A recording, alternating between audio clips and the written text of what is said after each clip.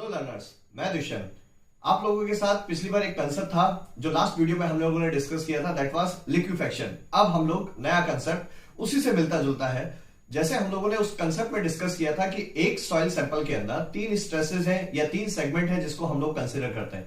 Total weight होगा, that is total stress. अगर उसमें पानी के चलते हम लोग चेक करेंगे, that is called as a pore water pressure. और थर्ड होगा जो ग्रेन टू ग्रेन जिसके लिए फोर्स ट्रांसमिशन की बात की जाती है, that is called as a effective stress. हम लोग कंसर्न सिर्फ और सिर्फ इफेक्टिव स्ट्रेस के लिए होते हैं।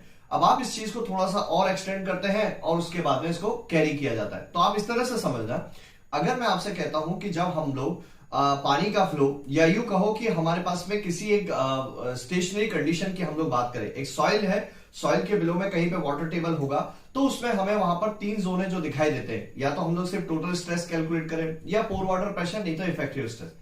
हालांकि फोर्स ट्रांसमिशन के लिए इफेक्टिव स्ट्रेस को ही कंसीडर किया जाना चाहिए, लेकिन इसमें एक छोटी सी बात और है। अब हम लोग केस ऐसा कंसीडर करना चाहते हैं जिसके अंदर पानी का फ्लो हो रहा है। पानी का फ्लो हो रहा है मतलब या तो ये डाउनवर्ड डायरेक्शन में होगा या ये अपवर्ड डायरेक्शन के अंदर होगा। तो दोनों में से किसी एक फ्लो को है जिसको हमें वहां पर चेक करना होगा।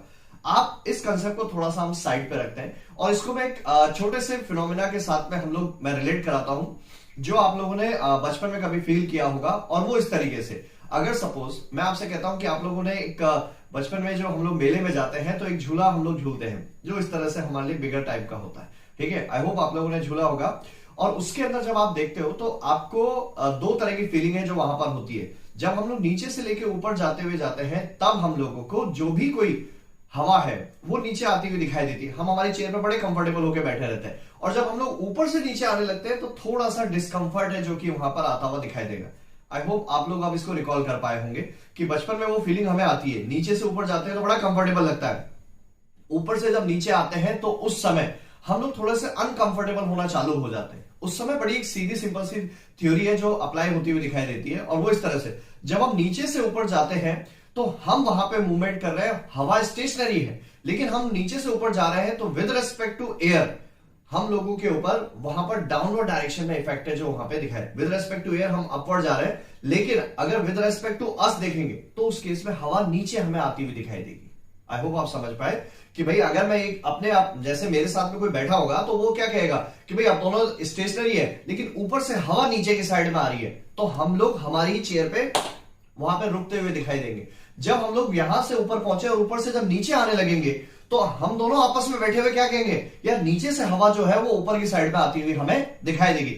इसके चलते होगा ये कि जब नीचे से हवा ऊपर जाएगी तो वो कहीं ना कहीं पे हमें अपनी चेयर से ऊपर उठाने की कोशिश करेगी। सेम यही कंसेप्ट होता है जिसमें हम लोग यहां पर सीपेज के साथ में इसको कैरी करते हैं। तो आपके पास में दो लाइन बनी, अगर हम लोग नीचे से ऊपर जा रहे हैं, हवा ऊपर से नीचे आ रही होगी तो हमें वहां पर चेयर पे प्रेस करने की कोशिश करेंगे, और जब हम लोग वहां से नीचे आएंगे तो उस समय हवा हमें उठाने की कोशिश करेगी। सेम ये होता है जब डैम की हम लोग बात करते हैं। जब डैम में ऊपर से नीचे पानी जाता है तो पानी ऊपर से नीचे उनको प्रेस करता हुआ जाएगा, सारे सॉलिड पार्टिकल्स को नीचे खींचेगा, और जब वो वापस से नीचे ऊपर उठता हुआ जाएगा तो सारे पार्टिकल्स को लिफ्ट करने की कोशिश करेगा, और उसी को हम लोग बोलते हैं सीपेज प्रोसेस। इस सीपेज प्रोसेस के अंदर होता यह है कि जब पानी ऊपर से नीचे आता है, ठीक है, तो उस केस में इफेक्टिव स्ट्रेस का मैग्नीट्यूड, सारे पार्टिकल एक दूसरे के नजदीक जा रहे हैं, इसके चलते इफेक्टिव स्ट्रेस का मैग्नीट्यूड बढ़ चुका है। और अगर ये बढ़ चुका होगा तो ये इंक्रीमेंट के साथ हमें दिखाई देगा, और जब यहां से हम लोग देखेंगे तो उसमें इफेक्टिव स्ट्रेस का मैग्नीट्यूड कम होता हुआ जाएगा। अगर वो इफेक्ट यहां हमारे पास में इफेक्टिव स्ट्रेस टेंड्स टू 0 हो गया तो क्या ये कह सकते हैं कि वहां पर पूरा का पूरा सॉइल एक दूसरे से डिस्कनेक्टेड हमें दिखाई देगा, and that is nothing but the boiling condition या क्विक सैंड कंडीशन उसे बोला जाता है। अब आपके लिए क्वेश्चन ये रहेगा, अगर इस टॉपिक को समझ में आया तो क्या क्विक सैंड कंडीशन, जो ये बॉइलिंग इफेक्ट हुआ, पाइपिंग इफेक्ट जो हुआ, क्या ये इफेक्ट ग्रेवल्स में हो सकता है? यदि हां तो क्यों? नहीं तो क्यों? क्या ये क्ले के अंदर हो सकता है? यदि हां तो क्यों, और यदि नहीं तो क्यों?